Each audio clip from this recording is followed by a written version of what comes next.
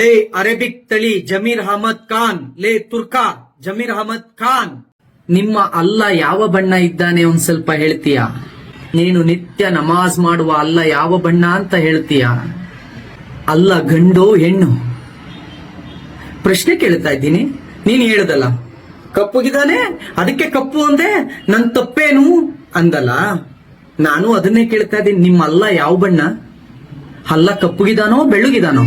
ಯಾಕೆ ಗೊತ್ತಾದ್ರೆ ನಾನು ಅದೇ ಬಣ್ಣ ಹಿಡಿದು ಕರೀಬಹುದಲ್ಲ. ಅಲ್ಲ ಗಂಡು ಹೆಣ್ಣು ಅಂತ ಹೇಳೋಕ್ಕಾಗತ್ತಾ?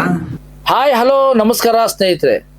ಕಳೆದ ಒಂದು 2-3 ದಿವಸಗಳ ಹಿಂದೆ ಚಾಮರಾಜಪೇಟೆಯ ಶಾಸಕರಾದಂತಹ ಜಮೀರ್ ಅಹಮದ್ ಖಾನ್ ಅವರು ಚನ್ನಪಟ್ಟಣ ಚುನಾವಣೆ ಪ್ರಚಾರಕ್ಕೆ ಹೋಗಿರ್ತಾರೆ. ಆ ಒಂದು ಪ್ರಚಾರದ ಸಂದರ್ಭದಲ್ಲಿ HD ಕುಮಾರಸ್ವಾಮಿ ಅವ್ರನ್ನ ಕಾಲಾ ಕುಮಾರಸ್ವಾಮಿ ಅಂತ ಹೇಳ್ತಾರೆ. ಅದ್ರ ಜೊತೆಯಲ್ಲಿ ದೇವೇಗೌಡರ ಕುಟುಂಬವನ್ನ ಪರ್ಚೇಸ್ ಮಾಡೋ ವಿಚಾರವನ್ನು ಉಲ್ಲೇಖ ಮಾಡ್ತಾರೆ. कुमारस्वामी तेरी बोली बोल, एक एक पैसा चंदा करको तेरे पूरे खानदान को खरीदने की ताकत मुसलमानों रख पाई. वोटे ಕೊಡಬೇಡಿ ನೀವು, ನಾನೇ वोट केलक बरಲ್ಲ. तो वोट नहीं होना कहते, वोट पूछने आता नहीं कहते. ये कौन बोल रहा सो? हमारा काला कुमारस्वामी, हमारा काला कुमारस्वामी, हमारा काला कुमारस्वामी. ಪ್ರಚೋದನಕಾರಿ ಹೇಳಿಕೆ ಅನ್ನೋದಕ್ಕಿಂತ ಒಂದು ಕುಟುಂಬವನ್ನ ಈ ರೀತಿ ಟೀಕಿಸೋದು ಸರಿಯಲ್ಲ ಅಂತ ನಾನು ಈಗಾಗಲೇ ಕಳೆದ ಒಂದು ವಿಡಿಯೋದಲ್ಲಿ ಹೇಳಿದ್ದೆ ವೀಕ್ಷಕರೇ. ಆದರೆ ಮತ್ತೆ ಈ ವಿಚಾರವನ್ನ ಏನಕ್ಕೆ ಹೇಳ್ತಾ ಇದ್ದೀನಿ ಅಂತ ಹೇಳಿದ್ರೆ, ಒಬ್ಬ ಇಡಿಯಟ್ ಇದ್ದಾನೆ. ಯಾರು ಅಂತ ಹೇಳಿದ್ರೆ ಪುನೀತ್ ಕೆರೆಹಳ್ಳಿ ಅನ್ನುವಂತಹ ಒಬ್ಬ ಅಯೋಗ್ಯ ಆ ಬಣ್ಣದ ವಿಚಾರವಾಗಿ ಮುಸಲ್ಮಾನರಿಗೆ ಒಂದು ಪ್ರಶ್ನೆಯನ್ನ ಕೇಳಿದ್ದಾನೆ ಜಮೀರ್ ಅಹಮದ್ ಅವರ ಮೂಲಕ. ಜಮೀರ್ ಅಹಮದ್ಗೆ ಕೇಳಿದಂತಹ ಪ್ರಶ್ನೆ ಅದು ಮುಸಲ್ಮಾನರಿಗೂ ಅನ್ವಯಿಸುತ್ತೆ. ಯಾಕಂತ ಹೇಳಿದ್ರೆ ಅಲ್ಲ ಇಡೀ ಮುಸಲ್ಮಾನ್ ಸಮುದಾಯ ಆರಾಧಿಸುವ ಒಬ್ಬ ದೈವ. ಹಾಗಾಗಿ ಜಮೀರ್ ಅಹಮದ್ ಅವರಿಗೆ ಕೇಳಿದಂತಹ ಪ್ರಶ್ನೆಗೆ ಜಮೀರ್ ಅಹಮದ್ ಅವರು ಉತ್ತರ ಕೊಡಬೇಕಿತ್ತು, ಅಥವಾ ಆ ಒಂದು ಜನಾಂಗದ ಯಾರಾದ್ರೂ ಉಲಮಾಗಳು ಬಂದು ಆತನಿಗೆ ಉತ್ತರವನ್ನ ಕೊಡ್ಬೇಕಾಗಿತ್ತು. ಅವನು ಗೊಂದಲದಲ್ಲಿದ್ದಾನೆ, ಅವನಿಗೆ ಅರ್ಥ ಆಗ್ತಾ ಇಲ್ಲ. ಈ ಅಲ್ಲ ಯಾವ ಬಣ್ಣ? ಅಲ್ಲ ಕಪ್ಪಗಿದಾನ ಬೆಳಗಿದಾನ, ಗಂಡ ಹೆಣ್ಣ ಅನ್ನೋದು ಗೊಂದಲ ಅವನಿಗೆ ಸೃಷ್ಟಿಯಾಗಿದೆ. ಈ ಒಂದು ಗೊಂದಲ ಮುಸಲ್ಮಾನರಲ್ಲೇ ಇಲ್ಲ.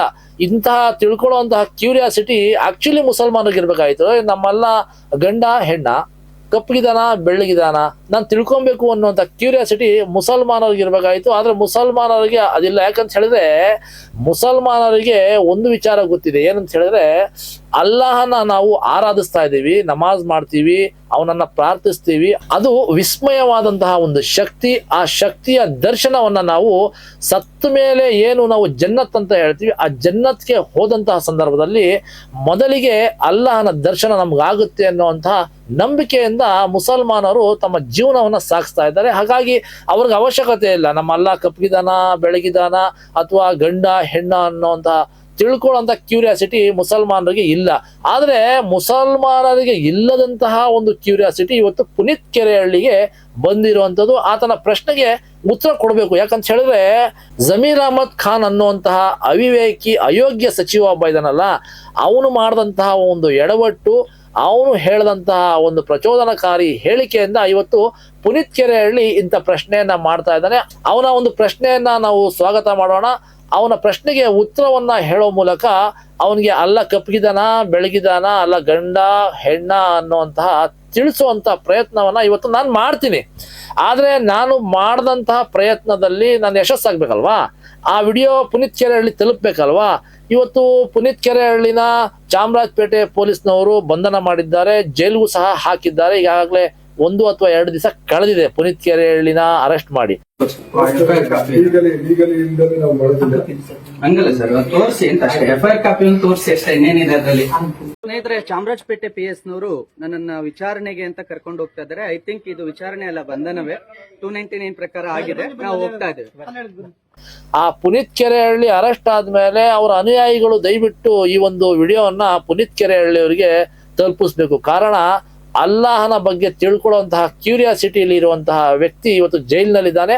ಆ ವ್ಯಕ್ತಿಗೆ ಈ ವಿಡಿಯೋವನ್ನ ಕಳಿಸಿ ಅಲ್ಲಾಹ ಹೇಗಿದ್ದಾನೆ ಅನ್ನೋದನ್ನ ವಿವರಣೆ ಅವ್ರಿಗೆ ಗೊತ್ತಾಗ್ಲಿ. ಅದನ್ನ ಹೊರತುಪಡಿಸಿ ಏನಾದ್ರೂ ಬೇರೆ ಪ್ರಶ್ನೆಯನ್ನ ಇಸ್ಲಾಂ ಧರ್ಮದ ವಿಚಾರವಾಗಿ ಆಗಿರ್ಬೋದು, ಅಲ್ಲಾಹನ ವಿಚಾರದಲ್ಲಿ ಆಗಿರ್ಬೋದು ಕೇಳಿದ್ರೆ ಹೇಳೋದಕ್ಕೆ ನಾವು ರೆಡಿ ಇದ್ದೀವಿ. ಅದು ಬಹಳ ಈಸಿ ಆದಂತಹ ಪ್ರಶ್ನೆಗಳಿಗೆ ಉತ್ತರವನ್ನ ಕೊಡ್ಬೋದು. ಯಾಕಂತ ಹೇಳಿದ್ರೆ ಅವನು ಕೇಳುವಂತಹ ಪ್ರಶ್ನೆಗಳಿಗೆ ಧರ್ಮ ಎಲ್ಲಿ ಹುಟ್ಟಿತು, ಎಲ್ಲಿಂದ ಬಂತು, ಯಾವ ಧರ್ಮ ಗ್ರಂಥದಲ್ಲಿ ಇಸ್ಲಾಂ ಧರ್ಮದ ಉಲ್ಲೇಖವಿದೆ, ಇಡೀ ಮುಸಲ್ಮಾನ ಸಮುದಾಯದವರು ಆರಾಧಿಸುವಂತಹ ಪೂಜಿಸುವಂತಹ ಪವಿತ್ರವಾದಂತಹ ಕುರಾನ್ನಲ್ಲಿ ಎಲ್ಲವೂ ಸಹ ಇದೆ.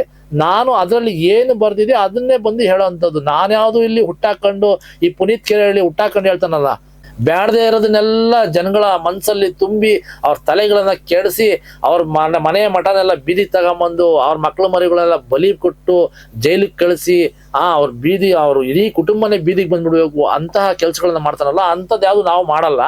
ಅವನು ಏನೇ ಪ್ರಶ್ನೆ ಕೇಳಿದ್ರು ಸಮಂಜಸವಾದಂತಹ ಸರಿಯಾದಂತಹ ಉತ್ತರವನ್ನ ನಾವು ಕುರಾನ್ನಲ್ಲಿ ಏನಿದೆ ಅದನ್ನ ನೋಡ್ಕೊಂಡು ಹೇಳುವಂತ ಪ್ರಯತ್ನವನ್ನ ಮಾಡ್ತೀವಿ.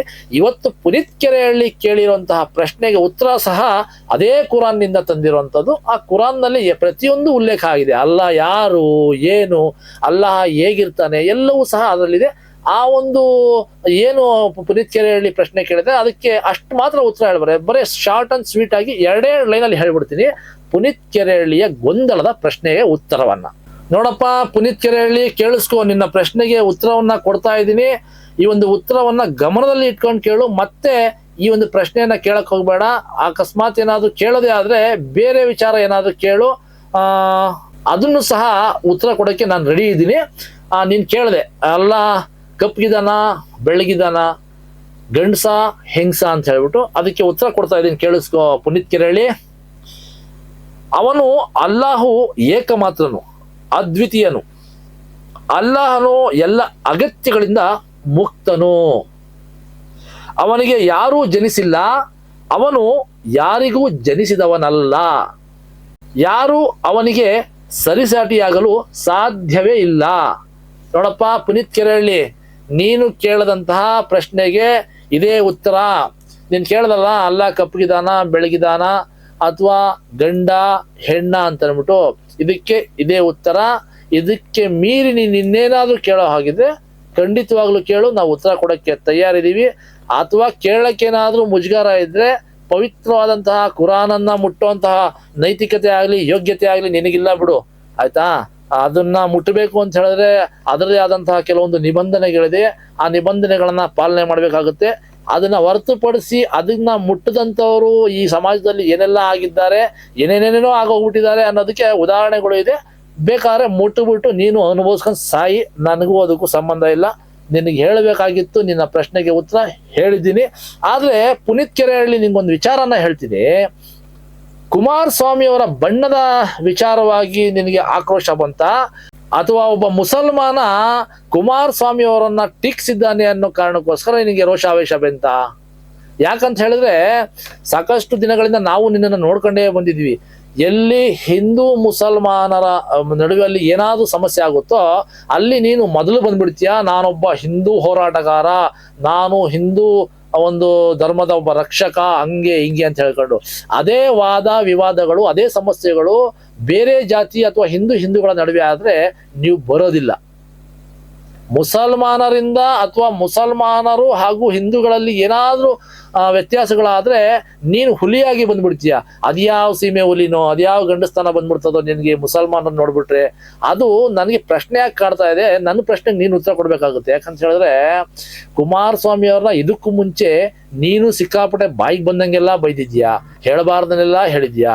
ಆ ಸಿದ್ದರಾಮಯ್ಯ ಅವ್ರಿಗೂ ಬೈದಿದ್ಯಾ, ಹೇಳಬಾರ್ದನ್ನೆಲ್ಲ ಹೇಳಿದ್ಯಾ, ಬಹಳ ಟೀಕೆ ಮಾಡಿದ್ಯಾ, ಕೆಟ್ಟಾಗೆಲ್ಲ ಅವ್ರನ್ನ ವರ್ಣಿಸಿದ್ಯಾ. ಅದಕ್ಕೆ ನೀನು ತಕ್ಕ ಶಸ್ತ್ರವನ್ನು ಅನುಭವಿಸಿದ್ಯಾ, ಎಲ್ಲವನ್ನೂ ಮಾಡಿದ್ಯಾ. ಅಂತೂ ನಮ್ ಕರಿ ಇಡ್ಲಿ ಮುಗೀತು. ಮುಗೀತು. ಯಾವಲ್ಲ ಅವನು ಕರಿ ಇಡ್ಲಿ ಅಂತ ನಾಮಕರಣ ಮಾಡ್ದನು? ಯಾಕ್ಲಾ? ಪ್ರೂಫಕ್ಕೆ 2 ಬಿಳಿ ಇಡ್ಲಿ ತಿಂತೈತೆ. ಯಾವನೋ ಕರಿ ಇಡ್ಲಿ ಅಂತ ಹೆಸರಿತ್ತ. ಅಯ್ಯೋ ಅವನ್ ಮುಖ ನೋಡ್ದಾಗಿಂದ. ಈಗ ಇಂಗ್ಲಿಷಲ್ಲಿ ಒಂದು ಪಿಂಪ್ ಅಂತ ಕರೀತಾರೆ, ಅದೇ ಹಿಂದಿಯಲ್ಲಿ ಸಿರ್ ಪಕಡು ಅಂತ ಕರೀತಾರೆ, ಕನ್ನಡದಲ್ಲಿ ತಲೆ ಹಿಡುಕ ಅಂತ ಕರೀತಾರೆ. ಈ ಒಬ್ಬ ಪುನೀತ್ ಕೆರೆಹಳ್ಳಿ ತಲೆ ಹಿಡುಕ ಒಂದು ನಿನ್ನೆ ಜಮೀರ್ ಅಹಮದ್ ಖಾನ್ ಅವರ ವಿಚಾರವಾಗಿ, ಕುಮಾರಣ್ಣನ ವಿಚಾರವಾಗಿ ಒಂದು ವಿಡಿಯೋನ ಮತ್ತು ಅವರನ್ನು ನ್ಯಾಲಿಗೆನೂ ಕೂಡ ಹರಿಬಿಟ್ಟಿರೋಂಥ ವಿಚಾರ.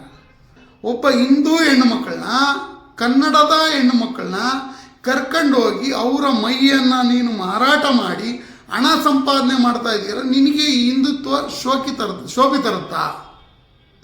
ನೀನೊಬ್ಬ ಪಿಂಪು ಅಲ್ವಾ? ಈಗ ನೀನೇನು ಹೇಳ್ತಿದ್ಯಾ, ನಾನು ಸಾಮಾಜಿಕ ಹೋರಾಟಗಾರ, ಹಿಂದುತ್ವ ಹೋರಾಟಗಾರ ಅಂತೆಲ್ಲ ಮಾತಾಡ್ತೀವಿ. ಅದಾದ ನಂತರ ಸಡನ್ಲಿ ಬಂದು ಧರ್ಮದ ವಿಚಾರಕ್ಕೆ ಬರ್ತೀವಿ. ಧರ್ಮದ ವಿಚಾರಕ್ಕೆ ಬಂದು ಏನು ಹೇಳ್ತೀಯ ನೀನು? ಅಲ್ಲನಿಗೆ ಬಣ್ಣ ಗೊತ್ತಾ?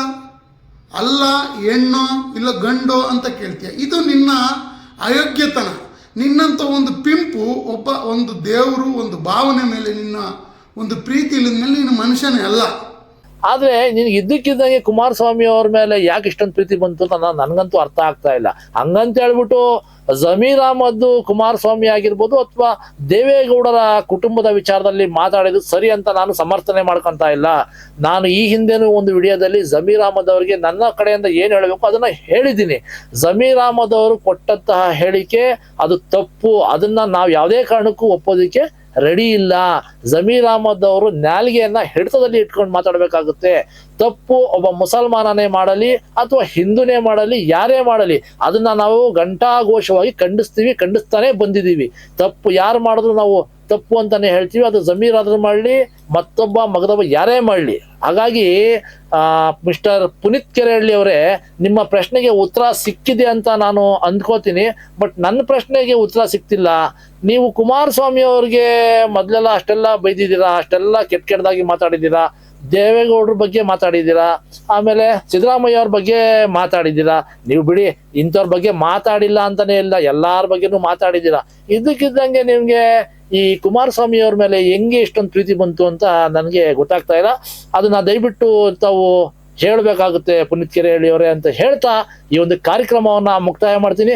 ಮುಕ್ತಾಯ ಮಾಡೋದಕ್ಕಿಂತ ಮುಂಚೆ ಮತ್ತೊಮ್ಮೆ ಹೇಳ್ತಾ ಇದ್ದೀನಿ, ದಯವಿಟ್ಟು ಪ್ರಶ್ನೆ ಕೇಳದಂತಹ ಪುನೀತ್ ಕೆರೆಹಳ್ಳಿ ಅವರಿಗೆ ಈ ವಿಡಿಯೋವನ್ನ ತಲುಪಿಸಿ. ಈ ಕೆಲಸವನ್ನ ಅಯೋಗ್ಯ ಜಮೀರ್ ಅಹಮದ್ ಮಾಡಬೇಕಾಗಿತ್ತು. ಆತ ಕೇಳಿದ್ದು ಜಮೀರ್ ಅಹಮದ್ಗೆ. ಜಮೀರ್ ಅಹಮದ್ ಅದೆಲ್ಲೋ ಕೂತ್ಕೊಂಡಿದ್ದಾನೋ ಗೊತ್ತಿಲ್ಲ, ಅಥವಾ ಯಾರಾದರೂ ಧರ್ಮದ ಒಬ್ಬ ಮೌಲ್ವಿಗಳು ಬಂದು ಕೊಡಬೇಕಾಗಿತ್ತು. ಅವರು ಸಹ ಯಾರು ಮುಂದೆ ಬಂದಿಲ್ಲ. ಸರಿ, ಏನೋ ಒಂದು ಅವ್ರ ಪರವಾಗಿ ನಾನೇ ಕೊಟ್ಟಿದ್ದೀನಿ ಅಂತ ಅಂದ್ಕೊಂಡ್ಬಿಡಿ. ದಯವಿಟ್ಟು ಈ ವಿಡಿಯೋನ ಪುನೀತ್ ಕೆರೆಹಳ್ಳಿ ಅವರಿಗೆ ತಲುಪಿಸ್ಬಿಡಿ ಅಂತ ಹೇಳ್ತಾ ಈ ಒಂದು ಕಾರ್ಯಕ್ರಮವನ್ನು ಮುಕ್ತಾಯ ಮಾಡ್ತೀನಿ. ನಮಸ್ಕಾರ.